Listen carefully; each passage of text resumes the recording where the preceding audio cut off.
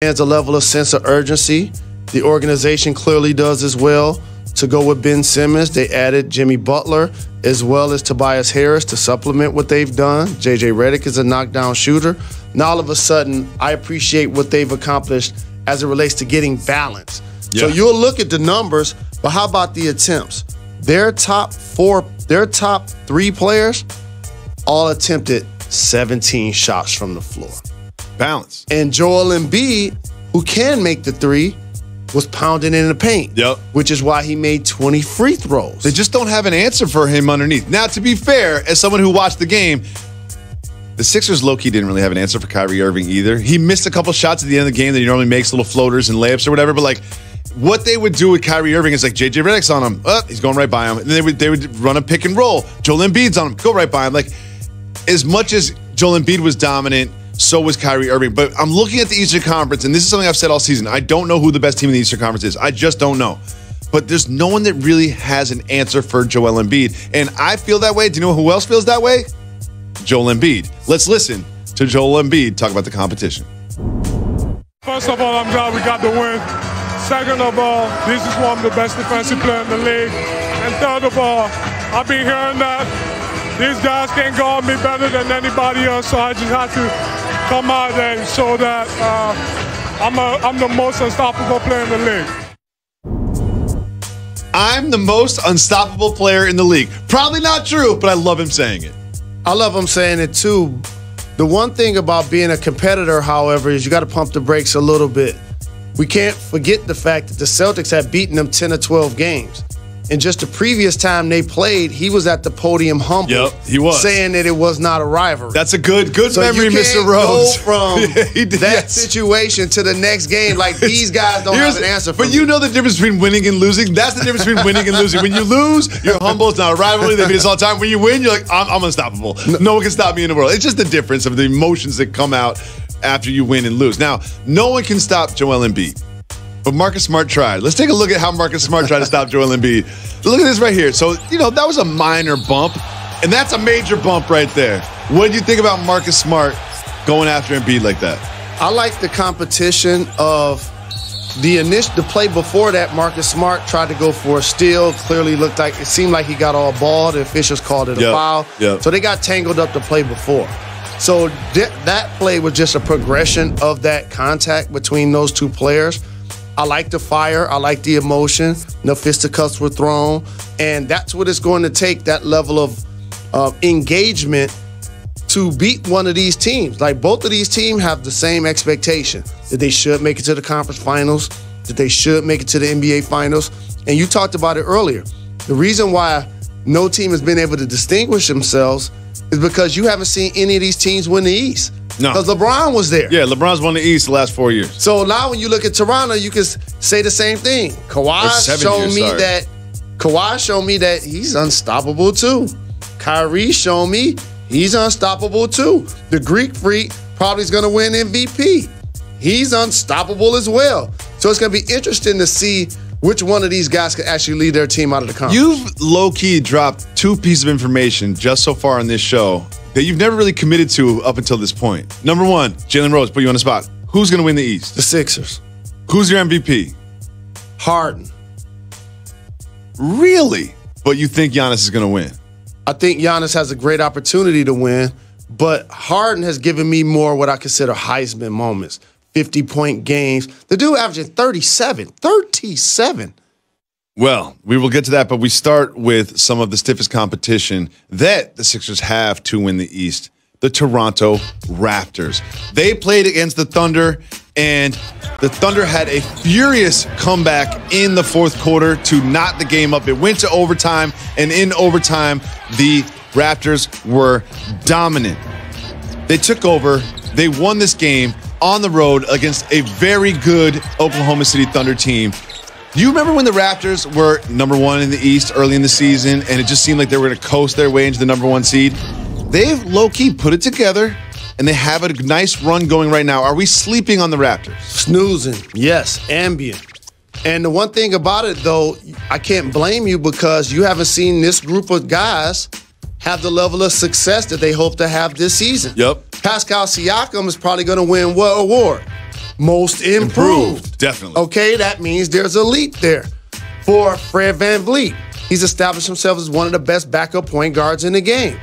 I already mentioned Kawhi Leonard. You add a Marc Gasol's playing quality minutes. Serge Ibaka's playing a lot of minutes at center now. So I think they've been able to put together a collection of parts that could possibly get it done. Home court is always a factor. Yep. In particular, when you're a squad that has not had playoff success together. So it's going to be interesting to see if they're able to transfer what they're doing in the regular season to the postseason. And there's the other side of the ball, too. The Oklahoma City Thunder, one of the teams that you and I think are one of the sort of toughest outs in the playoffs, one of the teams that could challenge the Warriors in the Western Conference, but they've been on a little bit of a slide as we head into the playoffs. They're not coming together at the right time. They've lost 4 in a row. You take a look at the Western Conference standings. We know the 8 teams that are going to be in the playoffs, but you really don't know where those final 4 spots are going to be. Look at 5 through 8 right there. They're all separated by a half of a game. I'm not going to ask you exactly how that's going to play out, but how important is it for the Thunder to climb in those standings? It's extremely important because the last time I checked, whoever played the Warriors in the first round going home. Even if it's the Thunder? Yeah, because they're going to have home court advantage. So, that's why Denver is trying to jockey with Golden State. You just showed 6 through 8 how close they are. Half a game. For OKC, however, can we marvel at the greatness of one Russell Westbrook? The last time I checked, he's about to average a triple-double for the 3 straight years. We argued on this show about it. I never thought it would ever happen. But so of those bottom 4 teams in the 8 in the Western Conference that are going to make the playoffs, which Western Conference team do you think is most likely to upset in the first round? It depends on the soft spot. Respectfully, has to be my Denver Nuggets, and I say that because I've given them love before everybody was on the bandwagon. It's because the same thing goes for them in the West. Not only have they not had playoff success together, they're actually a young team as well. Yes, they don't have a lot of experience. They're literally I think the second youngest team by average age in the league. So for me, they've already outplayed expectation. And so Jokic has put himself in an all-NBA conversation. They've developed depth because they've had so many injuries. So I think a veteran-laden team, OKC, San Antonio, Utah, those teams will be tough for the Nuggets in the first round. It's also one of those years, and I hate it when this happens, it's one of those years where you're like, I would probably rather play the 2 seed than the 3 seed. It's one of you've seen it as it comes down to the final couple games. You're like, yeah, we wouldn't mind losing this last couple games because then we'll end up playing the Nuggets instead of the Rockets. Jalen, you surprised me with your varied interests. You have such a wide breadth of knowledge and experience. You actually went to Coachella one time, which blows my mind. You went to Coachella one time. But now, I have some information about another music festival you might be interested in. Lollapalooza. DJ Diesel, a gentleman we're both very fond of, Shaquille O'Neal, is going to DJ at Lollapalooza this year. Huge acts. So here's my question. When will DJ Motown Clown make his first festival appearance? I know, I need that. And see, we have DJ Motown Clown right there. There you are in the stew. Just, mixing it up, bringing it back. I know. I need to dust off the turntables and get back out there. What happened to the chain? Remember the chain? You used to wear that chain every day. I know. I had to bring it back out. I was inspired by Deion Sanders at the time. He was over my shoulder. I understand. I got to get. Yeah, you're right. I got to step my game up. When is DJ Motown Clown coming back? This summer. This summer? When NBA season ends. I actually made up my mind. In particular, when I just recently saw a DJ that signed to work at the Palms getting $30 million a year. See, I knew you were going to say that. I thought it was the love of the music because another thing that people don't know about you is you used to do sneaky DJ appearances at small bars in downtown Los Angeles. Didn't tell anybody. Just did it for the love. Just did it because you love the music and you love rocking the crowd. Now, you're all about the money. Oh, I heard someone's making $30 million, so I guess I'm going to DJ again. Well, what happened to you, Jim? You sold out. You sell out. You sold out. When I'm balling in the G League, I'm still going to pay attention to what the big dogs are getting. Okay. That's just how the game goes. But this summer is the answer to your question. Jalen, is mayonnaise cultural or regional? Is ordering cheese for dessert cultural or regional? We'll ask those questions next. But first, check this out. Jalen, from 0 to lobster at Prime 112. Oh. How excited are you about the potential LeBron James, Maverick Carter house party reboot? I'm going to hit Mav up and see if they'll put me in it. I'm a thespian. Let's get you a speaking role, though. I don't want you just in the background. It's like a full day shoot, 20 hours on the set. You got to dance to no music, you know what I mean? Because they put the music in later. That's one thing that always bothers me about these movies. They clearly put the music in after, so everyone's heating an oven before you use it. Now, I look like Jalen and never bothered to do it, but my boy looks like Jacoby and always does it. Jalen, may I start? I have never, ever in my life put food in the oven before it was hot. Have you ever done that? Well, there were different phases. My urban phase, yes. My suburban phase, no. So you're trying to say that this is regional? I'm trying to say it's really cultural, but like the oven serves a lot of functions in the neighborhood. Oh, explain. One of them is you're warming up the food, but you're also heating the house. Okay. Okay. Sounds dangerous. So when it's more than just like, oh, okay, I'm gonna turn on the oven. We gotta have multiple purposes. Okay. So you turn on the oven and then you let it get hot. While it's getting hot, the door's open. Okay. So you leave it open. Then when you feel like it's getting hot enough, you close it with the food in it. When you make your famous lemon pepper wings, which are delicious, and I appreciate you making those for the staff once in a while, you let the oven get hot before you put the wings in, right? Correct. Okay, thank you. I'm going to say that this might be cultural. I've never, ever, I would just never think to put something in a cold oven and then turn it on. That just would never happen. I don't just I wait until it actually reaches the goal temperature before I put it in too. See, that's what I'm saying. Like, there's also some good heat happening before it gets to your goal temperature. Another thing I do is if the box says put the frozen pizza in at 375, I'm not listening. 450. Oh, 450 all day. Moving on, the next cultural or regional question comes from a voicemail. If you call 985-80-JALEN, you can leave us voicemails. If you leave us voicemails, we'll put them on the show, just like this one. What up to the best dynamic duo in sports television, Jalen Jacoby? It's Kayla, CEO of Kayla's Corner. I have a cultural or regional question. Is turning down the radio when you're trying to park cultural or regional? Let me know. Big shout to Kayla. She does our social media on the program, and this is controversial. We had a lot of debate about it this morning. Turning down the radio when you're trying to park, specifically parallel park, cultural or regional? First off, this should not be controversial. There's no controversy with this. This is cultural. And here's the thing. First and foremost, who rides around with the music so loud that the whole block can hear it anyway? People that look like you, not people that look like That's me. number one. You're so fired up about this one. You're about to pass out. Jalen Rose might pass out on television right now. I will say this. I listen to my loud music too. I turn down the music when I have to focus. Like if there's like traffic or something, or I have to like exit on the highway, or I'm trying to figure something out, I will turn down the music so I can focus. I think that this is not cultural. I think this is universal.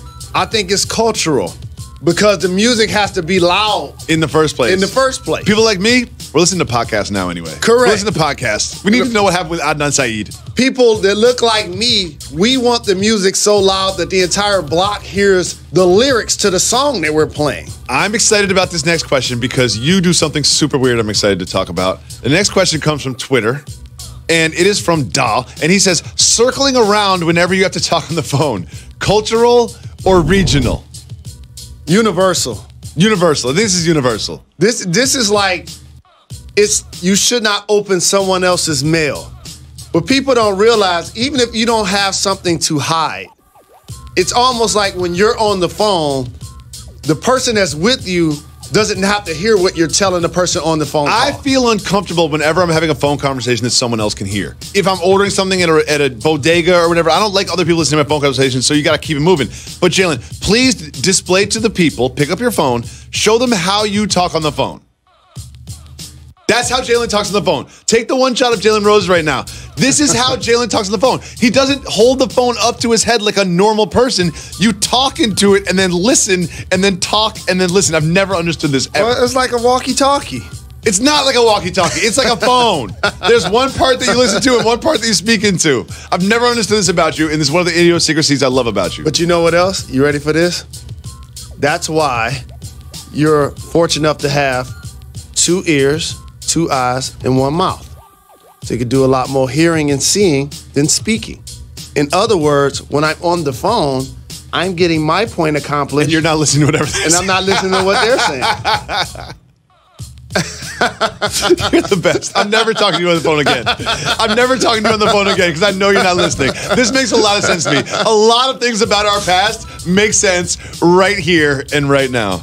Now I understand why you never show up to all of our meetings. Next, this next one comes from Twitter, and I think we know the answer to this one. Cultural Regional, having a special drawer in your fridge just for extra sauce packets from different restaurants. You know what? I'm going to surprise you with this one. I think this is universal. I think this is universal, too. It's like a junk drawer. It's like a fridge junk drawer, exactly. Everyone has a junk drawer. We have a junk drawer. We call it the junk drawer. And in my fridge right now, I'm a big fan of the super hot mustard from Chinese restaurants, and I hoard that. Like, there is no point in my life where I'm going to need 35 packets of hot mustard from a Chinese restaurant, but I have 35 packets of mustard from a hot Chinese restaurant. And also, like, by the way, if you don't eat those crackers in like 24 hours, just throw them away. Yeah, for real. You can't have those in the drawer for like a week or a month. And then pull them out like you're going to try to eat them. Individually wrapped? No. They're not individually wrapped? No, they're not. They're stale. If you have extra hot mustard from a Chinese restaurant, please send it to the South Street Seaport, care of Jalen and Jacoby. This one, we know the answer to. This is from our associate producer, Matthias, international listener. We're going to have an international caller day. Call 985-80-JALEN if you're in a different country. Order cheese instead of real dessert at a restaurant. Oh, cultural. That's cultural. That's cultural. Don't even disrespect the concept of dessert by putting cheese on the dessert menu. Whenever I see it there, I'm like, what do you think I'm going to do? You think I want a manchego instead of a chocolate pie? You're going to put that next to ice cream? So sophisticated. A selection of dessert cheeses. No, thank you. Another thing I'm not into.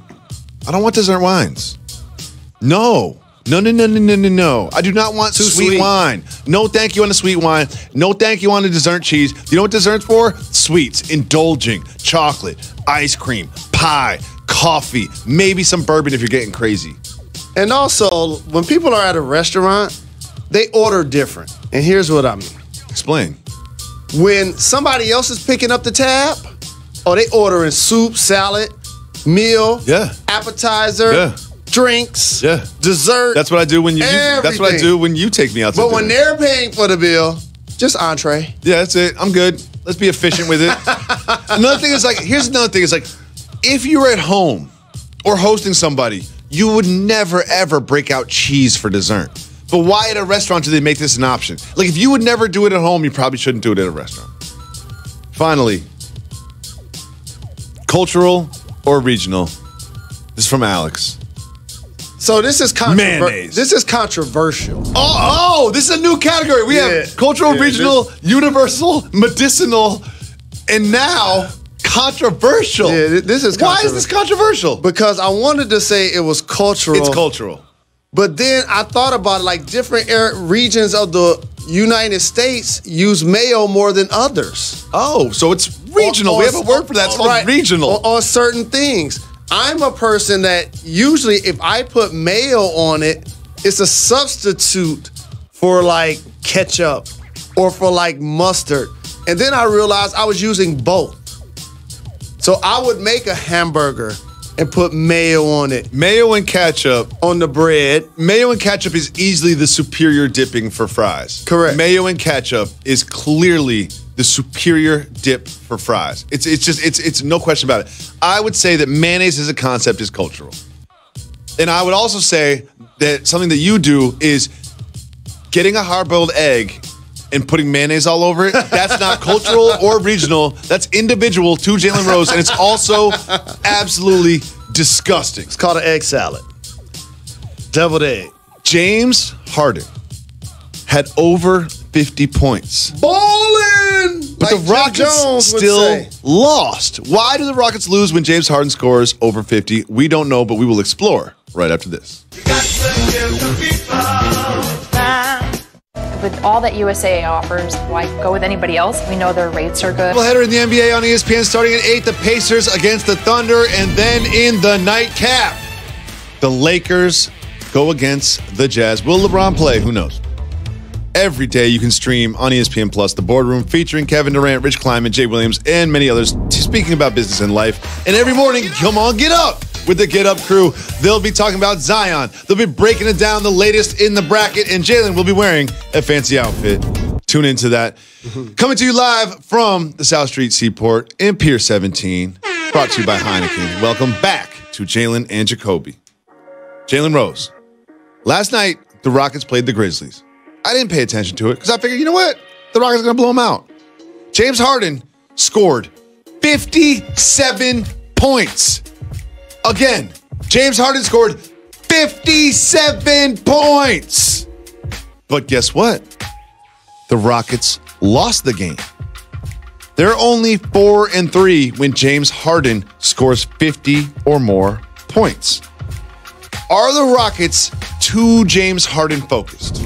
I don't think so. Their balance comes from Chris Paul. And so when he's in the lineup, they're going to look a lot different, sharing responsibilities of primary ball handling as well as scoring. And he's a lockdown defender at his position. James Harden has also improved defensively. You notice his steal numbers are up. He's trying to elevate this team to a regular season slot in the playoff rankings. That's what this is all about. So they're going to need him to play maximum effort, put up big numbers to put them in position to win games. That's just what it's going to be. And once they get to the playoffs, he knows, we know, everyone knows. It can't be quote-unquote hero ball. No. When he's hot, great. Go for 45, go for 50. If it's volume, that's when they're going to struggle. But let's not dismiss the fact this guy putting up 40s and 50s, and we started to take it for granted. It is. Well, another thing is, like, you know, if you don't watch the games, well, let's just take a look at his accomplishments this season. 5 straight months with a 50-point game. 36 points a game. 32 straight 30-point games. This is all this season. And the steals, as you mentioned earlier, the steal numbers don't necessarily tell me it's great defense. It's more gambling defense. But James Harden, he'll get 31. You look at the box score. But when you watch the games, a lot of those games, he's like 2 for 9 in the first half from 3. He's not always killing it. Like a lot of the games, even though his numbers are good, sometimes he just goes cold. He goes cold like other players. He like Clay earlier in the season. Like James Harden, even though he puts up big numbers, sometimes does not have good games. Well, it's volume. And it's Mike D'Antoni's system, who does a terrific job of allowing the guy that he wants to create for himself to continue to probe.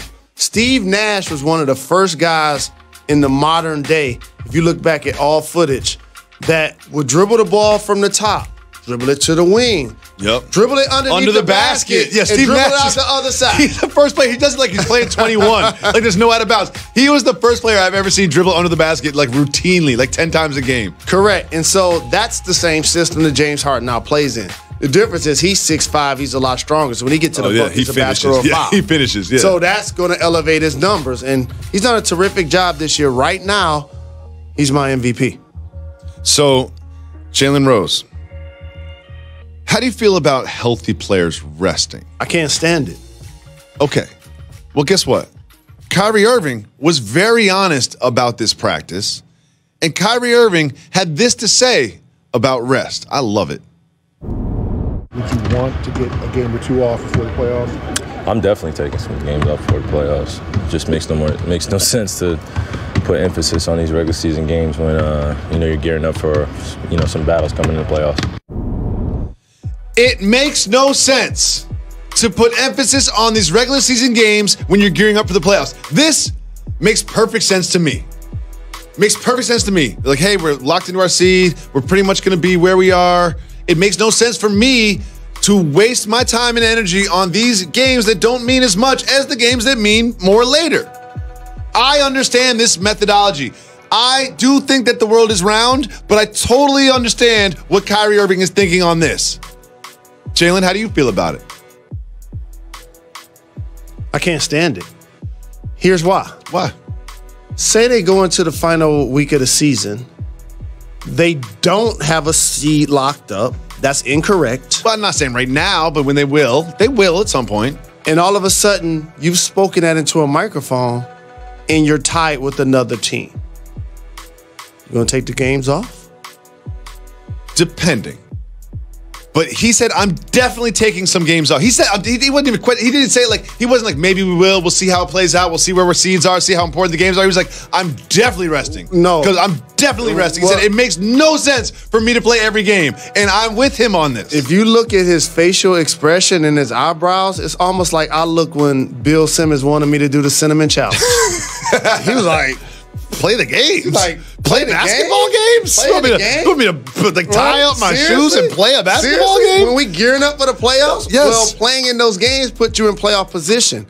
But the Boston Celtics do have depth. But it'll be interesting to see how it plays out.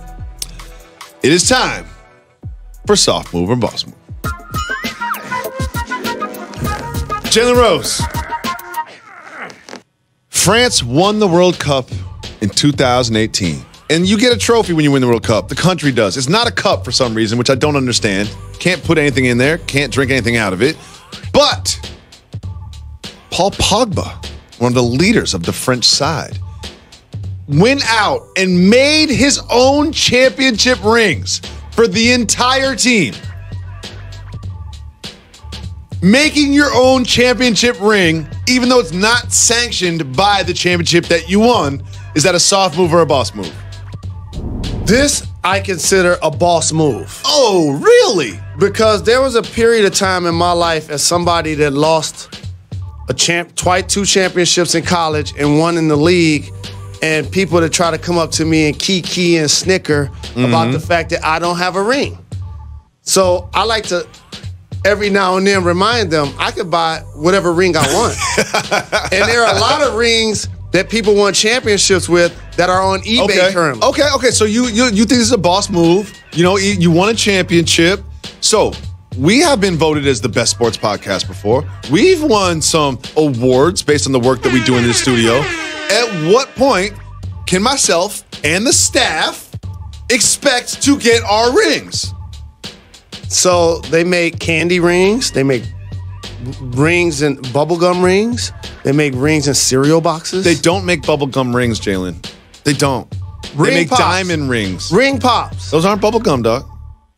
When can we expect our diamond-encrusted Jalen and Jacoby championship rings? Cubic zirconia. When we get an Emmy. Okay. How about I'll work on that. How about just remember you said that. How about when we just get remember an Emmy? you said that. Remember you said that. How about what awards are we submitted for? I don't know. But you know what? I'm not here for the awards. I'm here for the love of the game. You know? I'm here for both. I'm here for the love of the game. I'm here for both. Jalen Rose. I now live in New York, but previously I lived for, 5 or 6 years in Southern California. And one of the things about Southern California that's great, the weather, the vegetables. Something else that's great about Southern California, live televised police pursuit chases. I don't know why I love these things, but I'm glued to the television every single time one happens. And there was one that you need to see to believe. Let's check in on this police pursuit in Southern California. Oh, okay. Suspect doing some breakdancing here in the middle of the roadway, and he is definitely playing games with officers now, putting on quite a show. Jalen Rose. Soft move or boss move. Breakdancing while you're about to get the cuffs. Breakdancing anytime is a boss move. This is a soft move. Breakdancing. No, you know why it's a soft move? Between you and Michelle Beadle, I can't get away from people who love.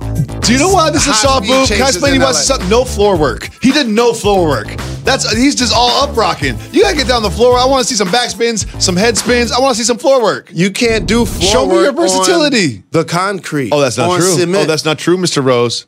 That's not true, Mr. Rose. You got to get a little cardboard down there. Well, maybe he should bring cardboard with him next time he's on a crime spree, if that's what he's planning on doing. That is a soft move. He had great footwork. You can't deny good. That was pretty good. Okay. I can't do that. I can't do that. So that's a boss move. Jalen, we have a very important Tim Duncan update. Big fundamental. We will check in on Timmy, the big fundamental. Timmy. Next on Jalen and Jacoby.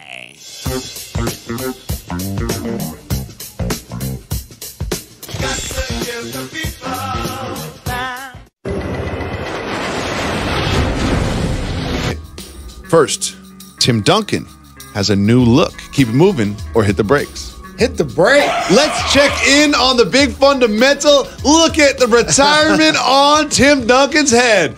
Look at that. See, what I like about this is he let it go, but he also kept it tight on the sides. That's, as you can tell, it's like I'm retired and I'm living the life I want to, but I'm also going to keep it tight and right for the fans. And he in shape, too. Probably can play some quality minutes. Where is he? Is he like playoff a time. science lab or something? Like, what's behind him? He look like he's barefoot. Yeah, he does. He looks like he's happy. You got to forget, one thing you got to remember about Tim Duncan, he's an international player. People forget that. People talk about the best international players, and people do not mention Tim Duncan. Well, usually when that distinction happens, they talk about people that didn't go to high school or college in the United States. Yeah, so like Europeans or whatever. But Timmy is one of the best international players of all time. Do not forget that. Next, I have some really bad news for the Milwaukee Bucks. Keep it moving or hit the brakes. Keep it moving.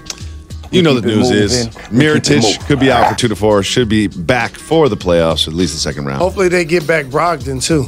We have an update on someone we haven't spoken about in a long time, Markelle Fultz. Keep it moving or hit the brakes. We're going to keep it moving for now.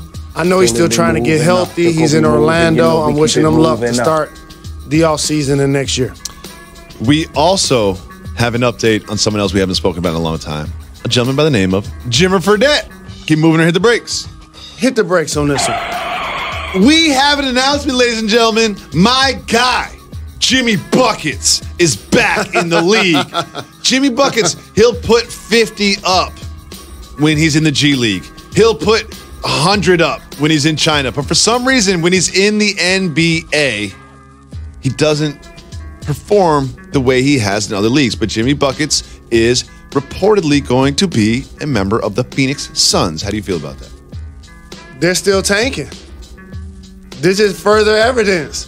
They may get a call from Adam Silver like, y'all taking this too far now. You know? I love you, Jimmy Buckets. Don't let Jalen Rose get you down. I support you. I'm looking forward to you becoming an all-star next year in the NBA. Stop trying for Zion is official. No, I actually feel like he has NBA talent and deserves to be in the game. He does. I think it's something like a mental block. And I think he's over it now. He's matured. I think he deserves to be in the league. Next, Nick Young is asking for our help. Keep it moving or hit the brakes. Hit the brakes. Nick Young has a third child on the way. Nick, I feel you. Nothing you can do about it now, dog. It's happening. And he asked Twitter for help naming his child. What do you think about that?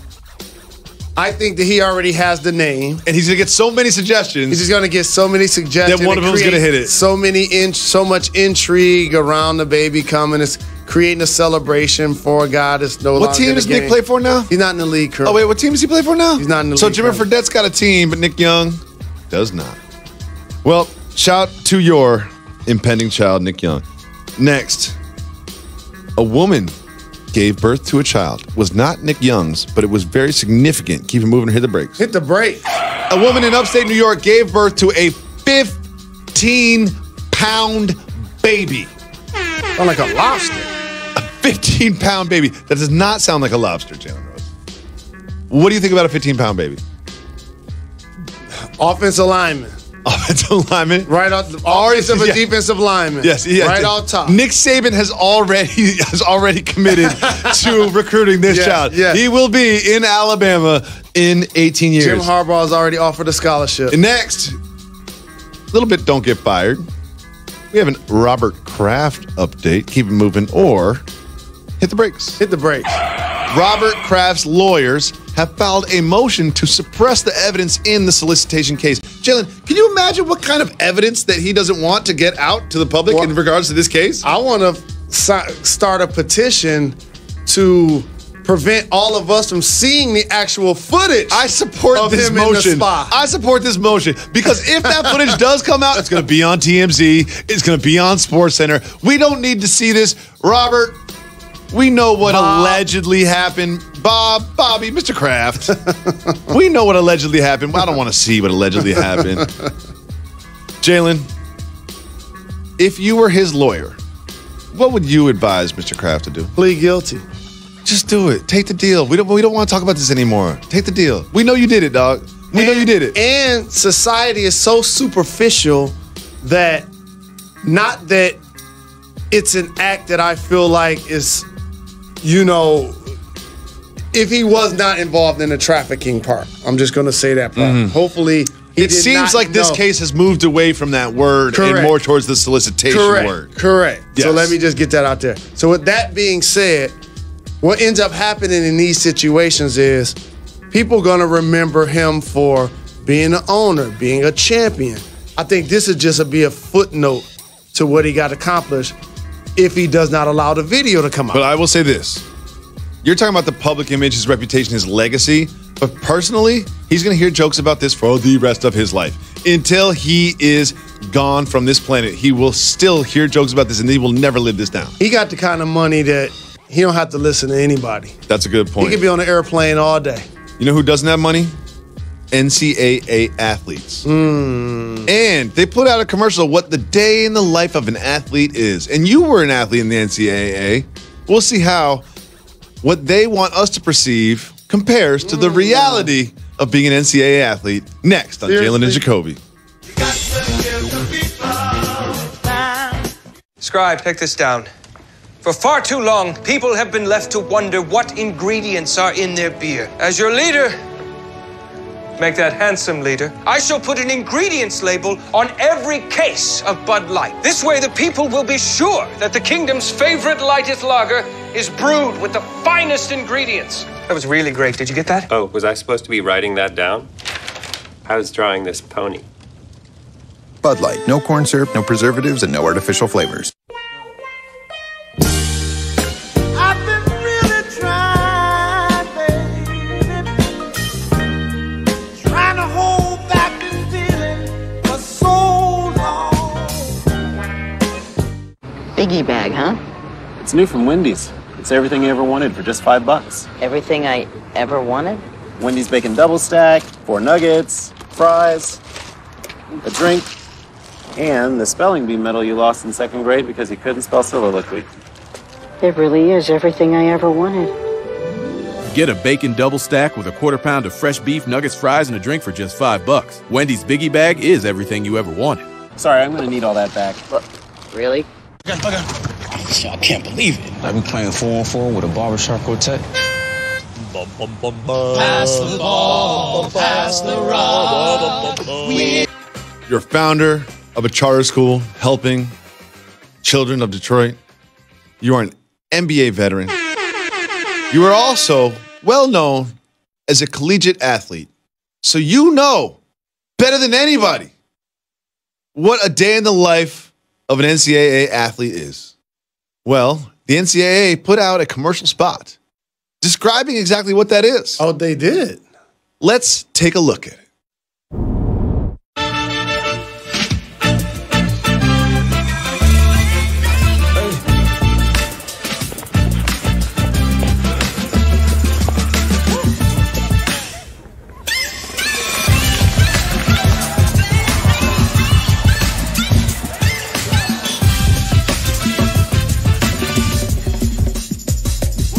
If you have the talent and dedication to succeed in school and in sports, we'll provide the opportunity.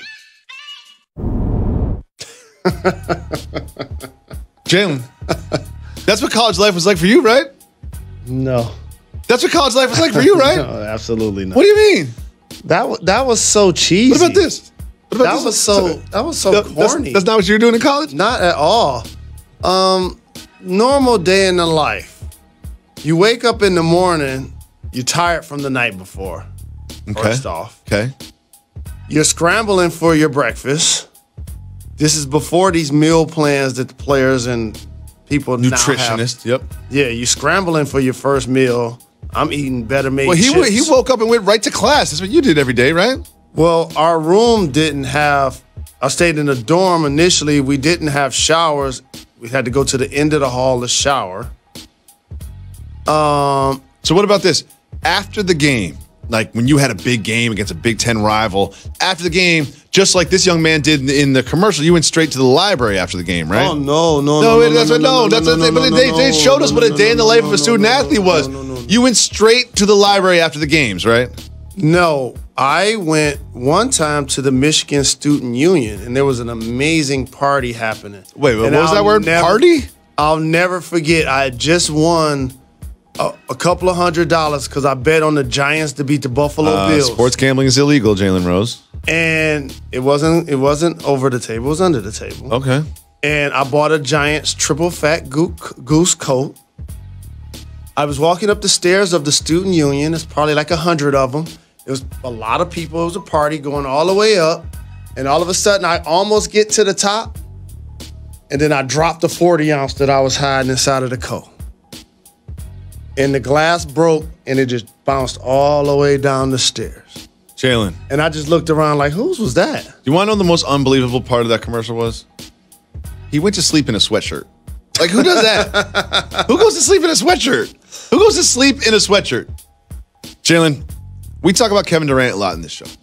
And usually it's about what he's going to do in free agency. Is he going to stay with the Warriors? Is he going to come to the Knicks? He scored 30 points. He's got a burner accounts. But I want to shed some light on the man that Kevin Durant is. Because let's take a look at what Kevin Durant was up to recently. He was staying at a hotel. He was in an elevator with someone who's a father of young children, much like myself. And they had a quick conversation. And then let's see what Kevin Durant did after that quick conversation in an elevator.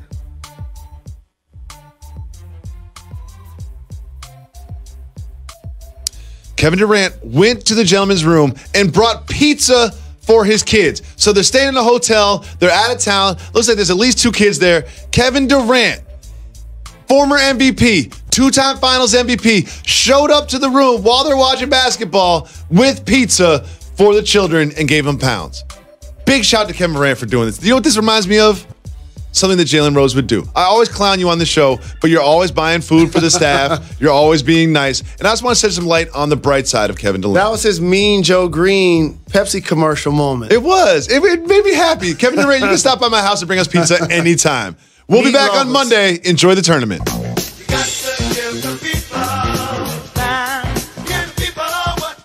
I'm definitely taking some games up for the playoffs. Guys exhale when they don't see a star player of the other team. No LeBron, here's what it looks like. It's a really bad look.